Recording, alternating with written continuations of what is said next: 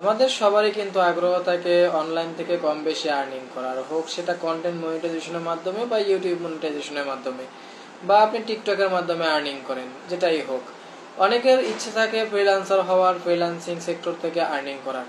কিন্তু ভাই, এই যে আপনি সেক্টরগুলো থেকে আর্নিং করবেন, এগুলো কিন্তু আপনার স্থায়ী না এবং পার্মানেন্ট না। আপনাকে স্থায়ী কোনো পথ খুঁজতে হবে। আপনি খোঁজ নিয়ে দেখেন আপনার আশেপাশে যারা কন্টেন্ট ক্রিয়েটর আছে, যারা সফল হয়েছে, যারা ফ্রিল্যান্সার আছে, যারা সফল হয়েছে, তাদের কিন্তু নির্দিষ্ট স্থায়ী একটা ঠিকানা রয়েছে।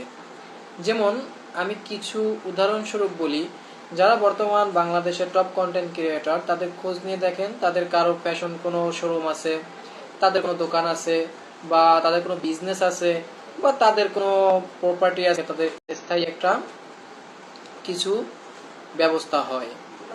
ফ্রিল্যান্সারদের ক্ষেত্রে বলি, বেশিরভাগ ফ্রিল্যান্সার যারা সফল, তারা কিন্তু আপনার খোঁজ নিয়ে দেখতে পারেন যে বেশিরভাগই তাদের নিজস্ব কোনো বিজনেস আছে বা নিজস্ব কোনো ট্রেনিং সেন্টার আছে, প্রতিষ্ঠান আছে, যেখান থেকে স্থায়ীভাবে তারা একটা আর্নিং করার সুযোগ আছে। যেমন আজকে আপনার ধরেন ফেসবুকে কন্টেন্ট মনিটাইজেশন আর্নিং করতেছেন, হঠাৎ আজকে বাংলাদেশ থেকে ফেসবুকটা অফ করে দেওয়া হলো বা বন্ধ করে দেওয়া হলো, আপনার কিন্তু আর্নিং এর পথটা বন্ধ। বা আপনার অ্যাকাউন্টটা ডিজেবল হয়ে গেল বা সাসপেন্ড হয়ে গেল, পার্মানেন্ট আপনার অ্যাকাউন্টে নষ্ট হয়ে গেল, আপনি সেক্ষেত্রে আপনার কিন্তু আর্নিং এর পথটা বন্ধ। তারপর হচ্ছে ফ্রিল্যান্সার ক্ষেত্রে, তো সবসময় তো আপনার ফ্রিল্যান্সিং থেকে আর্নিং করা সম্ভব হয় না, সবসময় আপনি ক্লায়েন্ট পান না, বা সবসময় তো আপনার একটা পথ থাকে না। তো সেক্ষেত্রে আপনি কিন্তু আপনার পার্মানেন্টলি যে জবটা আছে, আপনি সেখান থেকে কিন্তু কিছু আর্নিং করতে পারেন। এখন কথা হচ্ছে আপনাকে পার্মানেন্ট কিছু খুঁজতে হবে। আপনি সবসময় যে অনলাইনের উপর ভিত্তি করে বসে থাকবেন তা কিন্তু হবে না।